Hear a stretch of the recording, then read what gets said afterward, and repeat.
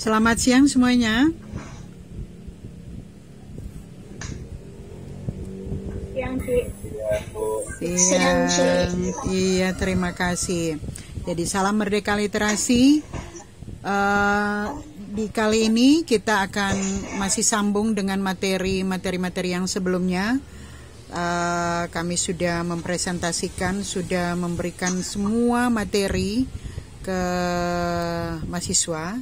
Tinggal bagaimana sekarang Anda mempresentasikan apa yang sudah Anda pahami.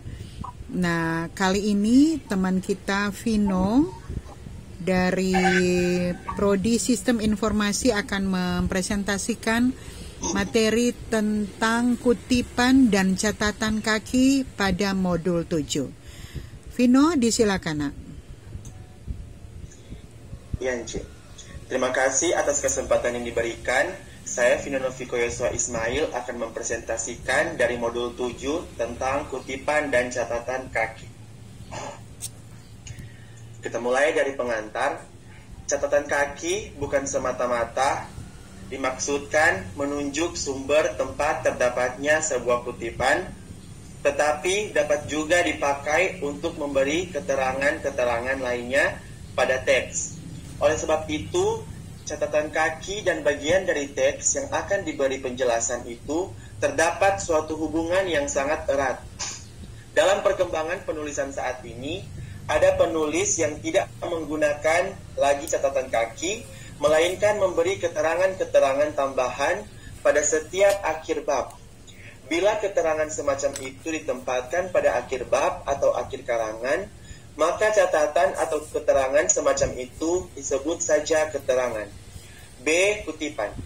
1. Tujuan membuat kutipan. Kutipan adalah pinjaman kalimat atau pendapat dari seorang pengarang atau ucapan seseorang yang terkenal, baik terdapat dalam buku-buku maupun majalah-majalah. Sangatlah membuang waktu bila sebuah kebenaran yang telah diselidiki dan dibuktikan oleh seorang ahli dan sudah dimuat secara luas dalam sebuah buku atau majalah harus diselidiki kembali oleh seorang penulis untuk menemukan kesimpulan yang sama. Walaupun kutipan atas pendapat seorang ahli itu diperkenankan, tidaklah berarti bahwa seluruh tulisannya dapat terdiri dari kutipan-kutipan. Penulis harus bisa menahan dirinya untuk tidak terlalu banyak menggunakan kutipan, supaya karangannya jangan dianggap sebagai suatu himpunan dari berbagai macam pendapat. Yang kedua, jenis kutipan. Dalam membuat kutipan, hendaknya kutipan itu jangan terlalu panjang, misalnya 1 halaman atau lebih. Bila demikian halnya, pembaca sering lupa bahwa yang dibacanya pada halaman tersebut adalah sebuah kutipan. Sebab itu, kutipan hendaknya diambil seperlunya saja, sehingga tidak merusak atau mengganggu uraian yang sebenarnya. Yang ketiga, prinsip-prinsip mengutip ada 3. Yang pertama, jangan mengadakan perubahan. Kedua, bila ada kesalahan. Ketiga, menghilangkan bagian kutipan. Keempat, cara-cara mengutip. Yang pertama, kutipan langsung yang tidak lebih dari 4 baris. Yang kedua, kutipan langsung yang lebih dari 4 baris. Yang ketiga, kutipan tak langsung. Dan yang keempat, kutipan atas ucapan lisan. Yang kelima, variasi membuat kutipan. Walaupun telah diuraikan secara terperinci, cara-cara membuat kutipan sebagaimana dapat dilihat dalam uraian di atas, namun perlu kiranya diingat bahwa sebuah pola yang terus-menerus dipakai akan menimbulkan kebosanan. Sebab itu, pola-pola membuat kutipan akan lebih efektif kalau mengandung variasi. Variasi antara kutipan langsung dan kutipan tidak langsung, variasi antara kutipan yang dimasukkan dalam teks dan kutipan yang dimasukkan dalam catatan kaki. C. Catatan kaki. 1. Pengertian catatan kaki. Catatan kaki adalah keterangan-keterangan atas teks karangan yang ditempatkan pada kaki halaman karangan yang bersangkutan.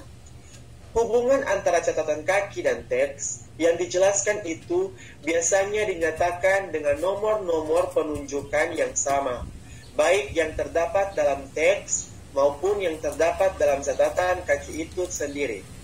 Selain mempergunakan nomor-nomor penunjukan hubungan itu, kadang-kadang dinyatakan dengan mempergunakan tanda asterik, dan kadang dengan menggunakan tanda dengan mempergunakan tanda salib pada halaman yang bersangkutan. Bila pada halaman yang sama terdapat dua catatan atau lebih, maka dipergunakan suatu tanda asterik atau salib untuk catatan yang pertama dan dua tanda misal untuk catatan yang kedua. Yang kedua, membuat catatan kaki. Selain dari kutipan yang dimasukkan dalam teks, seperti telah diuraikan di atas, baik kutipan langsung maupun kutipan tak langsung, ada pula kutipan yang ditempatkan pada catatan kaki. Bila ada cara demikian yang dipergunakan, maka kutipan demikian selalu ditempatkan dalam spasi rapat, biarpun kutipan itu singkat saja. Demikian juga kutipan itu selalu dimasukkan dalam tanda kutip dan dikutip tepat seperti teks aslinya. Contoh kutipan yang ditempatkan pada catatan kaki. Berbagai penyelidikan tentang akulturasi yang dilakukan oleh para sarjana ilmu antropologi budaya bangsa Amerika memang telah menunjukkan bahwa penyelidikan akan peristiwa perpaduan kebudayaan yang dipandang dari sudut kompleks unsur-unsur yang khusus telah memberi hasil yang memuaskan. Karena itu, Herskovits beranggapan bahwa pandangan serupa itulah pandangan yang paling berguna di dalam penyelidikan akulturasi. Pada catatan kaki, halaman yang sama, di bawah nomor urut penunjukan 2, dapat dibaca sebuah kutipan langsung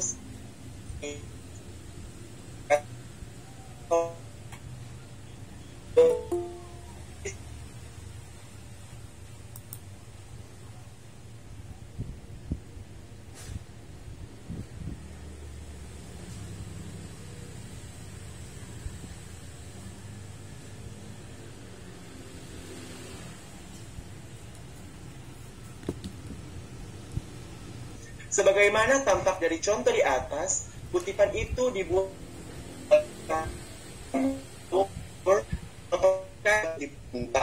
karena tanda kutip ganda sudah dipergunakan untuk telur kutip itu.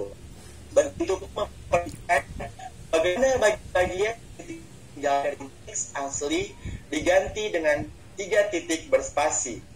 Cara membuat catatan kaki mempunyai hubungan pula dengan teks pada halaman yang sama.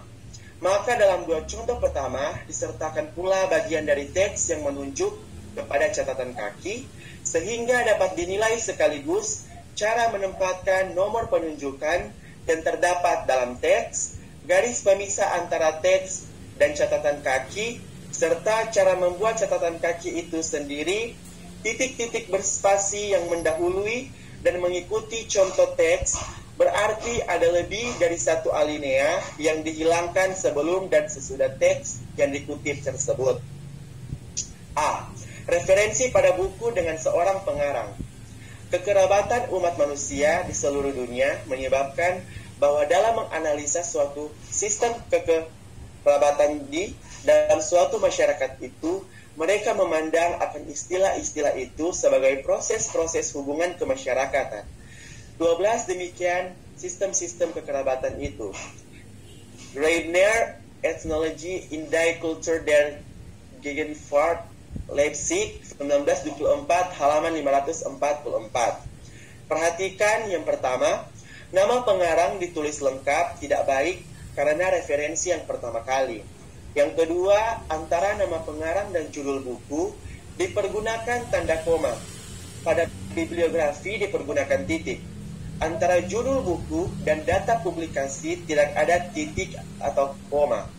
Yang ketiga, tempat dan tahun terbit ditempatkan dalam tanda kurung, penerbit tidak perlu diikut sertakan. B.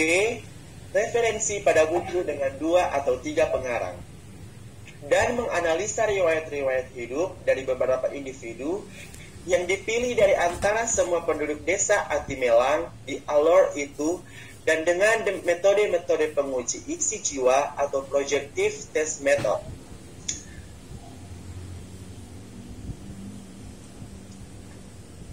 Perhatikan, nama penerbit dimasukkan, sebab itu antara nama tempat dan penerbit diberi titik 2. Yang lain-lain seperti pada nomor A. Yang ke C, referensi pada buku dengan banyak pengarang, mulai dari contoh ini dan seterusnya. Kutipan teks beserta garis pemisah ditiadakan, langsung diberikan untuk dari referensi itu. Perhatikan yang pertama, hanya nama pengarang pertama yang disebut, nama-nama lainnya diganti dengan singkatan et al. Yang kedua, antara nama pengarang dan singkatan et al, serta antara singkatan et al dan judul buku diberi tanda pemisah koma.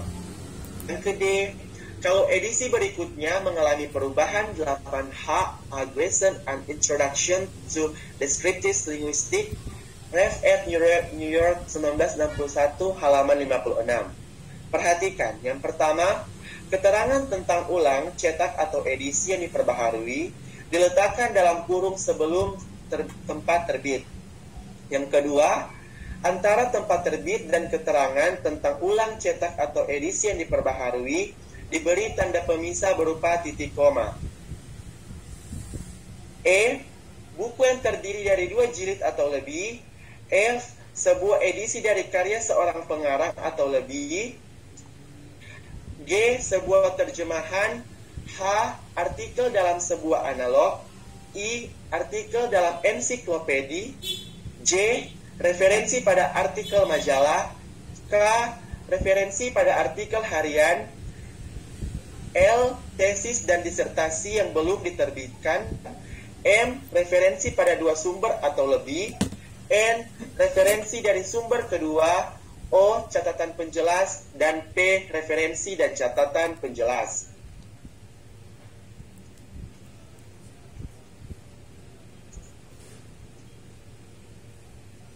Tiga, singkatan-singkatan. Dalam catatan kaki biasanya dipergunakan pula singkatan-singkatan yang oleh para sarjana sudah diketahui maksudnya. Oleh sebab itu, hendaknya diperhatikan benar-benar bagaimana mempergunakan singkatan-singkatan itu dalam setiap catatan kaki. Singkatan yang paling penting yang harus diketahui adalah IBIT, OBCIT, dan LOCIT. IBIT. Singkatan ini berasal dari kata Latin ibidem, yang berarti pada tempat yang sama.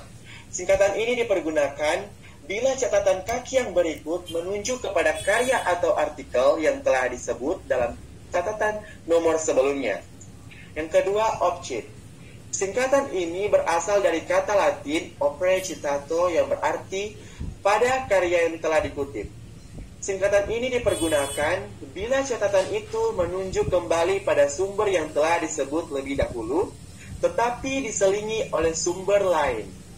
Yang ketiga, LOCIT. Singkatan ini berasal dari bahasa Latin loco citato, yang berarti pada tempat yang telah dikutip. Singkatan ini biasa dipakai untuk menyebut atau menunjuk pada sebuah artikel majalah, harian atau ensiklopedi yang telah disebut sebelumnya, tetapi diselingi oleh sumber lainnya.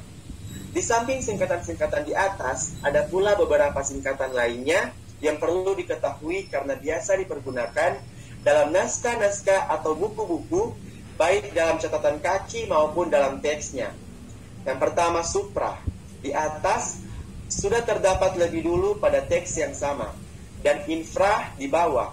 Lihat pada artikel atau karangan yang sama di bawah.